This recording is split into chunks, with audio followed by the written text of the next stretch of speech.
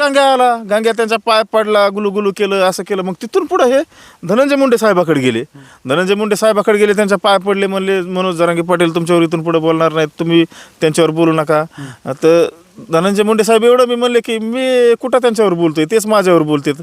आणि जे बोलायचं ते बोलून गेलेत. आता काय विषय, तर हे लय हातपाय हे पडले, पण त्याने नाही जवळ केलं. म्हणले तुम्ही चोट्टे, तर सरे चोट्ट्याला मी जवळ करीत नसतोय. म्हणजे भरपूर झालं त्यांचं तिथं. सर आहे इथं, तुम्हाला एकच झलक दाखवतो, थांबा. आता बघा, हे ऐका झलक.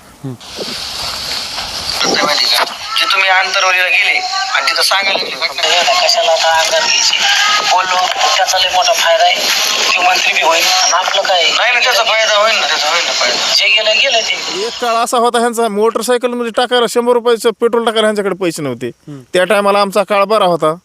आणि आज हे चोट्टे जाऊन 60-60, 70-70 लाखाच्या गाडीत फिरायला लागलेत. ह्यांच्याकडे डायरेक्ट एवढे पैसे आले कसं काय? आणि सरकार ह्यांची SIT आणि नार्को टेस्ट कशामुळे लावी ना, ह्या एक गोष्टीचं मला थोडं पडलेलं. त्याच्यातून निर्दोष सुटलो तर हे जेवढे चोट्टे टीम आहे ना, चोट्टे भामटे, हे लबाड, लांडगे, कुत्रे, खरजुले, ह्यांचे आहे का सर पोत्यात बांधू आहे का, वरून कडी लोट करून असं आहे का खाली फेकावं. हे जेवढे चोट्टे जाऊन आहेत हे लागलेली एक समाजाला आहे का सऱ्यात मोठा टाकलं. काय कोणाला काय हल्ले करायचे तर करा, पण ज्या दिवशी माझ्यावर हल्ला होईल ना, त्या दिवशी आहे का ह्या चोट्ट्या टीमला सोपं जाणार नाही. आणि मनोज जरांगेला बी सोपं जाणार नाही. आणि 100% ह्यांनी फिडिंग लावली माझ्यावर हल्ला करायचे, हातपाय तोडायचे, त्यांना मोडायचे. तर पण आहे का 100% ज्या टायमाला माझ्या अंगावर 100-200 येते ना, चार माणसाचं तरी वाटोळ करून अमोल आहे का स्वतःचं वाटोळ करून. नमस्कार, कव्हरेज.comच्या या व्हिडिओमध्ये मी आनंद तुमचं स्वागत करतो.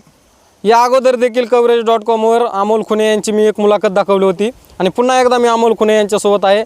यामध्ये अमोल खुनेंकडे अनेक असे पुरावे त्यांच्याकडे आहेत, बऱ्याचशा रेकॉर्डिंग देखील आहेत आणि अनेक गौप्यस्फोट या कव्हरेज.comच्या मुलाखतीत करणार आहेत. माझ्यासोबत अमोल खुने आहेत. अनेक प्रश्न घेऊन मी त्यांच्यासोबत बातचीत करणार आहे. अमोल भाऊ, पुन्हा एकदा कव्हरेज.comमध्ये तुमचं स्वागत आहे. नमस्कार. तुम्ही मराठा आरक्षणाचा लढा लढला, त्यामध्ये बरंच यामध्ये कुणबी प्रमाणपत्र मिळवण्यासाठी देखील ज्यावेळेस पाटलांनी उपोषण केलं त्यावेळेस देखील तुम्ही सोबत होत. पुन्हा एकदा 16 मेला लढा सुरू होणार आहे, घोषणा आहे. 16 मेची घोषणा आहे, पण मी जे त्यांना आत्तापासून प्रश्न विचारलेत ह्या प्रश्नाचे त्याने उत्तर द्यावेत. आणि मला मॅनेज करण्यासाठी ह्याने कसा एक TV9चा पत्रकार संभाजीनगरला पाटील आम्ही पत्रकार परिषद घ्यायला चाललो होतो, तर मला 2 कोटी रुपये द्यायला लागले होते. त्या डिगीमध्ये पैसे बी होते, पण मला ह्यांना आहे का मला मॅनेज करून आहे का माझं नाव बदनाम करायचं होतं, पण मी पैशाला बळी पडलो नाही.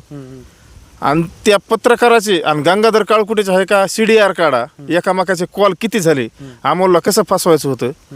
आणि अमोल फसायला काय एवढा सोपा नाही. तुम्ही एक वेळेस फसिला अमोलला, पण अमोल दुसऱ्या वेळेस कधीच फसणार नाही. आणि पैशाच्या मागं असं मी ह्या चोट्ट्या लोकांनी मी पैशाच्या मागं लागलेलो नाही. हे चोट्टे एक काळ असा होता, ह्यांना बायकोला घ्यायला साड्या नव्हत्या, पण आज 2-2 लाखाच्या साड्या, iPhone, गाड्या, घोड्या, हे कुठून आले? हे सारे चोट्टे. तर हे समाजाने ह्या चोट्ट्यावर कधीच भरवसा ठेवू नये. एक दिवस समाजाच्या लक्षात येईल. गंगाधर काळकुटे असन, ते पांडुरंग तारक, पुन्हा अनेक संजय कटारे, त्यो सुदाम मुकणे, किंवा किशोर मरकड, लय मोठे असे चोट्टे काय होते, बद्री तारक, हे जेवढे आहेत ना चोट्टे, ह्या चोट्ट्याने आहे का समाजाच्या नावावर नुसतं भांडवल गोळा केलंय. बाकी ह्यांना समाजाचं काही घेणं देणं नव्हतं. अहो, एक काळ असा होता, ह्यांचा मोटरसायकल मध्ये टाकायला 100 रुपयाचं पेट्रोल टाकायला ह्यांच्याकडे पैसे नव्हते. त्या टायमाला आमचा काळ बरा होता. आणि आज हे चोट्टे जाऊन 60-60, 70-70 लाखाच्या गाडीत फिरायला लागलेत. ह्यांच्याकडे डायरेक्ट एवढे पैसे आले कसं काय? आणि सरकार ह्यांची SIT आणि नार्को टेस्ट कशामुळे लावी ना, ह्या एक गोष्टीचं मला थोडं पडलेलं कोड आहे. बरं, तुम्ही नारायणगडावर जाऊन तुमचे मुलांसोबत डोकं देखील टेकलं होतं नारायणगडावर. त्यानंतर नेमकं तिथून काय आव्हान केलं होतं?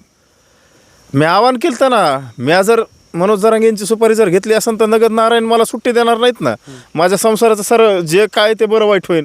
मग ते का म्हणून घाबरले, त्यांना भी वाटलं काय माझ्या संसाराचं काय वाटोळ होईल. आणि नगद नारायण तर 100% ते नगदाची गादी, तिथं 100% नगदच भेटतंय. आज तुमचा काळ आहे, तुम्ही एवढे घाबरलात, तुमच्यात दम नाही झाला तिथं शपथ घ्यायला. मी जशी शपथ घेतली, तुम्ही जर खरे 96 कुळी मराठा असतान तर तुम्ही 100% आहे का तिथं जाऊन शपथ घेताना की अमोल खुनेंनी माझी सुपारी घेतली होती. मी तरी 96 कुळी आणि एका बापाची अवलाद आहे, तिथं जाऊन शपथ घेतली.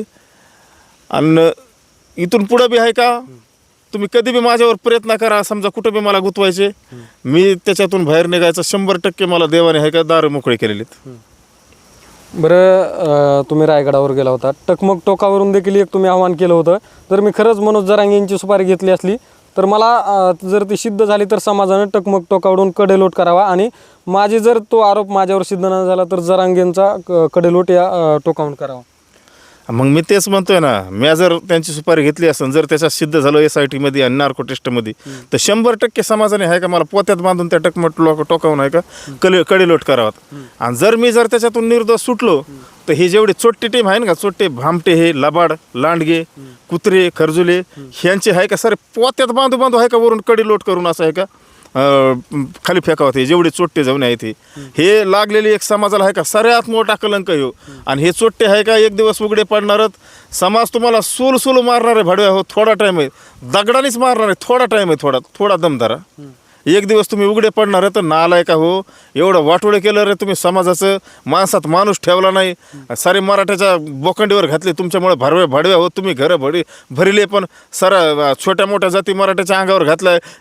जो मराठा समाजाला मान होता, मोठ्या भावाच्या नजरेत बघत होते, ते आज तुमच्यामुळे बागानात भाडव्या हो. तुम्ही तुमच्या पोळ्या भाजल्या पण समाजाचं वाटोळं तुमच्यामुळे झालं कुत्र्या हो. 16 मेला काय मी कशा लोकच जाणार नाही तिथं बैठकीला, कारण तिथं जाऊन उपयोग काय. समाजाला न्याय कोणता भेटलाय? 4-2,000% लोकांना, 4-2,000 लोकांना न्याय भेटला असेल, पण बाकीच्या मराठ्याने काय करायचं? ते EWS बी गेलं, ECBC बी गेलं, आणि आता हे 100% समाज काय OBC मध्ये घुसत असतोय का? आणि जर OBC मध्ये जर घुसला तर त्या आरक्षणाला काय महत्व राहील? अहो झालं ना ते एकदम कॉम्पिटिशनच झालं. ते मुसलमानाचा फायदा, EWS बी खाल्लं, ECBC सारं गेलं. ह्या माणसामुळे एवढं वाटोळं झालं. जे आरक्षण खरं शिंदे साहेबांनी दिलं तर ECBC, EWS फडणवीस साहेबांनी दिलं तर हे आरक्षणाचा खरा मराठा समाजाला फायदा होता. आणि जी तरुण पिढी शिकती त्या पिढीच्या 100% लक्षात येईन आपलं आरक्षण, आपला कोणचा आरक्षणात फायदा होता, काय होता. आणि आता हे आहे का मला आहे का 100-200 लोक टार्गेट करते, तर कोण म्हणतंय कापून टाकीन, कोण म्हणतंय फाडून टाकीन, पण समोर तर कोणीच येत नाही.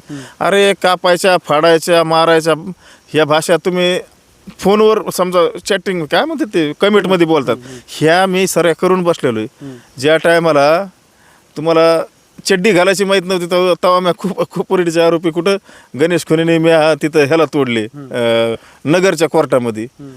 आणि इकडून तिकडून तुम्हाला चड्डी घालायची कळायच्या नंतर आम्ही शिरपात चिंदम आहे का जेलमध्ये आहे का, नाका तोंडातून रक्त काढूस तर मारला. तिथं बी हात फ्रॅक्चर झालेला आहे मला. 30-35 पोलीस लोक मारत होते मला जेलमध्ये बी. त्याला काळीज लय मोठं लागते. आणि मी बी वाट बघू नये माझ्या अंगावर काय कोणाला काय हल्ले करायचे तर करा, पण ज्या दिवशी माझ्यावर हल्ला होईल ना त्या दिवशी आहे काय ह्या चोट्ट्या टीमला सोपं जाणार नाही, आणि मनोज जरांगेला बी सोपं जाणार नाही. आणि 100% ह्यांनी फिडिंग लावली माझ्यावर हल्ला करायचे, हातपाय तोडायचे, त्यांना मोडायचे. तर पण आहे का 100% ज्या टायमाला माझ्या अंगावर 100-200 येते ना, चार माणसाचं तरी वाटोळ करून अमोल आहे का स्वतःचं वाटोळ करून घे. बरं अमोल हो, आता तुम्ही बोलताना म्हटलात की तुम्हाला मॅनेज करण्यासाठी संभाजीनगरमध्ये एका व्यक्तीला पाठवण्यात आलं होतं. आतापर्यंत असे किती प्रसंग झाले तुमच्यासोबत संवाद साधून, संपर्क साधून तुम्हाला काय बोलण्याचा प्रयत्न मॅनेज? मला लय वेळेस मॅनेज करायचा प्रयत्न केला, पण मला हे हरामीचा पैसा नको. अरे भरपूर आहे माझ्याकडे, हे बघा ना ऊस आहे, 4-5 एकर जमीन दोघा भावात, खायला प्यायला सारं व्यवस्थित आहे ना. आम्ही खानदानी पाटलं तर मग आता कसं फांद्या फुटल्याच्या नंतर थोडीफार जमीन कमी जास्त होती, पण आमचं पोट भरतं एवढं ह्याच्यात. ह्यांच्यासारखं हे काय असं चोट्टे धंदे करून समाजाच्या नावावर पोळी भाजायची नाही. आणि एवढे गिरलेले अवलाद इथे ह्यांच्यामुळे समाजाचं भरपूर वाटोळं झालं. आणि समाजाने कुठेतरी लक्षात यायला पाहिजे समाजाच्या, ह्या चोट्ट्याला आहे का जिथं दिसन तिथं भोंगळं करू मारा. हे गांग्या झालं, हे झालं. गांग्या तर एवढा नीच प्रवृत्तीचा आहे, तो पहिल्यापासून आहे का टेंडर घेतो, कुठं एखादी संघटना फॉर्मला आली, एखादा मराठ्याचा माणूस फॉर्मला आला की त्याला जाऊन चिटकणार. म्हणजे ते खाऊ ते एवढा सुजलाय, त्याचं मुंडकं सुद्धा बघा आपल्यापेक्षा 3 पटीने मुंडकं मोठं असेल त्याचं, एवढा हरामी येते. पुरावे माझ्याकडं धनंजय मुंडेला आणि अमोल खुनेला कसं फसवायचं होता, कारण अमोल खुनेसाठी वेगळा प्लॅन होता आणि धनंजय मुंडे साहेबासाठी वेगळा प्लॅन होता. कारण आता साहेबच म्हणावं लागेल एकरी भाषेत बोलणं बी, कारण काय बरोबर नाही. नाही हो त्या मनावर काय आता मला असं बी टार्गेट झालंय, तसं झालंय, काय सारा समाज नाही करीत आहेत 10-20% ते करते टार्गेट. तर कसं फसवायचं होतं ह्याच्यामध्ये, माझ्यासाठी प्लॅन वेगळा होता आणि धनंजय मुंडेसाठी प्लॅन वेगळा होता. तर त्याचे पुरावे सुद्धा आपल्याकडे आहेत. आणि हे प्लॅन करणारा कोण होता? गंगाधर काळकुटेने एक जणाला मेसेज केला की ते गाडी हे आपलं ते छगन भुजबळ साहेबांचा कार्यक्रम उधळायचा आहे म्हणले. बीडमध्ये हा, बीडमधली सभा उधळायची. तर तो म्हणला नाही आपल्याला काय नाही करायचं, आपल्याला काय करायचं तिथं ती समोरची व्यक्ती म्हणली मग काय करायचं. तर ते मला नाही आपल्याला अदुगर आहे का धनंजय मुंडे येणार आहेत का बघा. हा ते ते ते यायचा असला तर समोरची व्यक्ती म्हणली आपण काय करू तो कार्यक्रम उधळूत. तर गंगाधर काळकुटे त्याला काय मला माहिती आहे का धनंजय मुंडेसाठी वेगळा प्लॅन आपण रचलेला आहे. हा आणि दादा गरुडचं नाव जे आहे ते या संपूर्ण प्रकरणामध्ये सुरुवातीला तुमच्या बरोबर आलं होतं. पाटलांकडे काय पुरावे आहेत, तुमच्याकडे काय पुरावे आहेत का?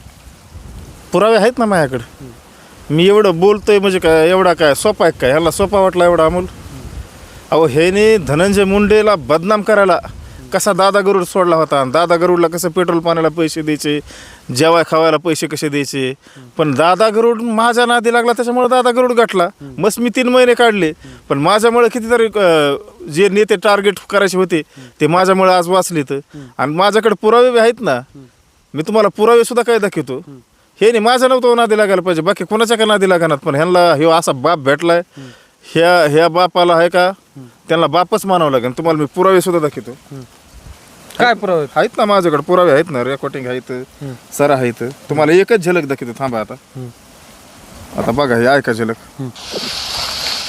माहिती का जे तुम्ही आंतरवलीला गेले आणि तिथं सांगायला लागले घटना कशाला आता अंगात घ्यायची बोललो त्याचा लय मोठा फायदा आहे. ते मंत्री बी होईल आणि आपलं काय नाही ना त्याचा फायदा होईल ना, त्याचा होईल ना फायदा. जे गेलं ते नाही मला काय वाटलं ते माहिती का जे तुम्ही आंतरवलीला गेले अशा किती रेकॉर्डिंग आहेत तुमच्याकडे? अशा माझ्याकडे 50-60 रेकॉर्डिंग होतं. ह्यांना वाटलं काय माझ्याकडे काही प्रूफ नाही. ह्यांच्या जी रेकॉर्डिंग तुम्ही थोडक्यात ऐकू घातली, नेमकं ह्यामध्ये बोलणं काय झालेलं होतं? मंत्रिपद देखील ह्याच्यात बोलणं असं दादा गरुड काय म्हणतो माहिती का, माझ्याकडे लय मोठे विषय येतं. म्या जर काढलं तर धनंजय मुंडेला आहे का एका मिनिटात मुख्य मंत्री करते ना.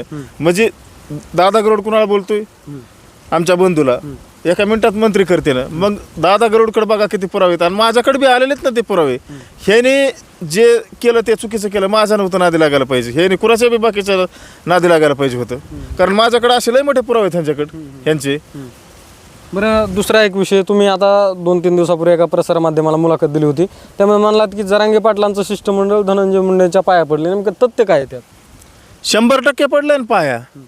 मी ज्या दिवशी मुंबईला गेलतो खाऊगल्लीमध्ये मी बाळासाहेब सानपत बघा आपले ह्याचे संभाजीनगरचे नगरसेवक का काहीतरी इथं, तर मी त्यांना भेटलो खाऊगल्लीमध्ये. आम्ही चहा पाणी हे घेतले. आता आम्ही काय तिथं काय तोंड बांधून नाहीत असे चोरावणे चोट्ट्यावणे हे करीत भेटले. आम्ही चहा पाणी हे घेतली. मग तिथंच गांग्या आला, गांग्या त्यांचा पाय पडला, गुलू केलं, असं केलं. मग तिथून पुढं हे धनंजय मुंडे साहेबाकडे गेले. त्यांच्या पाय पडले, म्हणले मनोज जरांगे पाटील तुमच्यावर इथून पुढे बोलणार नाहीत, तुम्ही त्यांच्यावर बोलू नका. तर धनंजय मुंडे साहेब एवढं मी म्हणले की मी कुठं त्यांच्यावर बोलतोय, तेच माझ्यावर बोलतात. आणि जे बोलायचं ते बोलून गेलेत. आता काय विषय, तर हे लय हातपाय हे पडले, पण त्याने नाही जवळ केलं. म्हणले तुम्ही चोट्टे, तर सरे चोट्ट्याला मी जवळ करीत नसतोय. म्हणजे भरपूर झालं त्यांचं तिथं. म्हणजे आता पाटलांचं कुठेतरी धनंजय मुंडे सोबत संबंध चांगले होण्याचा विषय. अहो 100% ना. तुम्ही बघा ना, मनोज जरांगे पाटलाची भाषा शैली कशी होती. कोणत्या भाषेत नाही बोलले ते. धनंजय मुंडेला कोणत्या भाषेत नाही बोलले. खरकाट्या, नारकासूर असल्या घाण भाषेत बोलले. आता ते मी बोलू शकत सुद्धा नाही. मग ती भाषा कुठे गेली? म्हणजे एवढी काय पाचर बसली अशी की धनंजय मुंडेवर हे बोलानात. आता सर मीडियावाल्याला सरांच माहिती ना हे कोणत्या पातळीचं बोलत होते. फडणवीस साहेबाला बी बोलत होते. मग आता असं झालं काय, फडणवीस साहेबावर बी बोलनात, धनंजय मुंडे साहेबावर बी बोलनात. एवढी पाचर कोणची बसली? मग ह्या गोष्टीचं उत्तर द्यावं त्याने. बरं, नेमकं हे पाटलांचं शिष्टमंडळ धनंजय मुंडेंच्या पाया पडण्यासाठी गेलं म्हणतात, नेमकं हे कशामुळे चालू असेल? आता एवढं हे आता झालं काय माहिती का, आता हे सर्व उघडं पडलं ना. त्यांना वाटलं आता हे जेलमध्ये अमोल गेल्यावर एकदा गुतीला म्हणजे अमोल बाहेर आला ते गपची बसन शेपूट घालून. पण अरे अमोल 96 कोळी मराठा आहे, चोट्टा आहे हो. तुम्हाला सराला पुरून उरल, तुमचा सराचा बाप आहे अमोल खुने. अमोल खुनेच्या नादी लागले होय तुम्ही. मग त्यांना वाटलं मग आपल्याला धनंजय मुंडेचा आपण बरोबर कार्यक्रम वाजवतो, अनेक बदनाम करूत. पण ते वेगळंच झालं. मी काय डायरेक्ट आल्या सुरू केलं. मी तरी बी शांत होतो. अजितदादाची तशी दुर्दैवी घटना झाली त्याच्यामुळे मी शांत होतो. 28 तारखेला सुटलो होतो मी त्या महिन्यातल्या. तर मी शांत होतो. तर पण हे नाही काय भलतेच नाटकं लावले. अरे पण शेवटी तुम्ही किती खोल पाण्यात आहेत, हे काय हे अमोलला सर माहिती आहे. हे चोट्टे टीम आलेली हे काय हे 1.5 दिवसात आलेली ते उपोषण बसल्यापासून. पण मी पहिल्यापासून तुमच्या संग राहिलेलो ना, तुमच्यात किती दम आहे, तुमच्यात धमक किती काय हे मला चांगलं माहिती ना. कारण त्याला काळीजच मराठीचं लागते आणि हे 96 कुळी मराठा आहे. तुम्हाला कधीच भेटणार नाही. तुमच्यात काय शक्यत मंत्री आमदार खासदार सरकार पक्ष काय ताकद लावायची तर लावा अमोलला संपवायला. अमोल तुम्हाला भेट नाही. चॅलेंज आहे अमोलची तुम्हाला. तर दुसरा एक प्रश्न आहे, जे स्मारक बसवणारे बाळराजे आवारे होते त्यांचं जरांगे पाटलांचे कुठेतरी ते फोटो लावून बसवतात, पण जरांगे पाटलांनी म्हटलं की मी त्यांना ओळखत नाही. आणि त्यानंतर वाद निर्माण झाल्यानंतर कुठेतरी आवारे पाटलांमुळे जरांगे पाटलांवर देखील इतर समाजाच्या धनगर समाजाच्या देवस्थानात तिथं वाद निर्माण झाला होता अंजनगाव त्या ठिकाणी. हे ओळखत नाहीत म्हटले ना. ओळखत नाही. अहो ते बाळू आवारेचा आणि ह्यांचा एवढा संबंध चांगला म्हणजे ही शिवबा संघटना आमची, त्या शिवबा संघटनेचा मी तालुका अध्यक्ष होतो. आणि पुन्हा ते बाळू आवारे आहे का मराठवाडा का काहीतरी प्रदेशाध्यक्ष का काहीतरी त्याच्याकडे पद होतं शिवबा संघटनेचं. मग हे कसं काय ओळखीत नाहीत बरं? पुरावे बी आहेत ना. आणि लोक आहे का मला टार्गेट करते तर तू पुरावा घेऊन काहीतरी बोला. आता कसले पुरावे घ्यायचे? आता बाळू आवारेचा तुम्ही विषय काढला, मीडिया समोर ते फोटो नाही आले बाळू आवारेचे ह्यांचे बॅनरचे. ते म्हणले कोणी पण फोटो टाकू शकते कसे कोण टाकीन फोटो? ते काय एडिट केलेले फोटोत का ओरिजिनल फोटोत ना? ते बाळू आवारे ते काय म्हणते ते पायजामा घालून एका साईडला फोटो, हे संस्थापक अध्यक्ष ते प्रदेश अध्यक्ष दाखवलेला आहे. हे संघटना दोघं चालवित होते त्या टायमाला बी भरपूर संघटनेच्या नावाखाली माल हे छापला. आणि संघटनावाले सारे असलेच आहेत. पण आता शिवबा संघटनेचं नाव घ्यायचं कशामुळे नाही माहिती का? कारण शिवबा संघटनेमधले जे खरे मावळे होते निस्वार्थी होते, जर शिवबा संघटनाचं नाव घेतलं तर मग त्या मावळे जवळ करावं लागतील. पण मग मावळे तर मोठे होऊन द्यायचे नाहीत. कारण वागणूक तर वर्तणूक तर सारी औरंगजेबासारखी व्हायचं तर स्वतः मोठं व्हायचं. जसं औरंगजेबाने जे केलंय बाप भाऊ माय बाप सारे भाऊ हे सारे संपले, तसं मनोज जरांगे करतात. हे मनोज जरांगेने एका बी मावळ्याला मोठं होऊन नाही दिलं. फक्त तिथं कसं माहिती का हुजूर जे हिजूर करणारे पाहिजे तर म्हणजे लाड साठणारे पाहिजेत. हे गांग्यासारखे तारक फिरके जे असते ना मरकड फिरकड कटरे फिटरे हे सारे, तर ह्यांना असे माणसं लागते. तर जे ओरिजिनल रक्त आहे का त्यांना माहिती हे ह्यांना पैसा खाऊन बी देणार नाहीत आणि आपल्याला बी खाता येणार नाही ह्याच्यामुळे. त्याच्यामुळे आमच्यासारख्याला हे लांब करते. मंडळी, आपण ज्यांच्याशी संवाद साधला ते अमोल खुने होते, मनोज जरांगे पाटलांचे जुने सहकारी. आणि यामध्ये मनोज जरांगे यांनी जो आरोप केला होता की माझ्या हत्येची सुपारी अमोल खुनेला माजी मंत्री धनंजय मुंडे यांनी दिलेली होती. यानंतर अमोल खुने यांनी अनेक मीडियासमोर येऊन याबाबतीत स्पष्टीकरण देखील दिलं होतं. नारायणगडावर जाऊन त्यांनी त्यांच्या मुलांसह नारायणगडावर डोकं देखील टेकवलं होतं. आणि थेट रायगडावरून मनोज जरांगे यांना एक आव्हान देखील दिलं होतं की मी जर दोषी आढळलो तर यामध्ये मला टकमक टोकावरून समाजाने कडेलोट करावा. आणि यानंतर मनोज जरांगे पाटलांची कुठलीही अमोल खुने यांच्या बाबतीत प्रतिक्रिया आलेली नाही. आणि 16 तारखेला जी आंदोलनाची घोषणा होणार आहे यावर देखील अमोल खुनेंनी या ठिकाणी वक्तव्य केलेलं आहे. coverage.com मध्ये मी इथंच थांबतोय. धन्यवाद.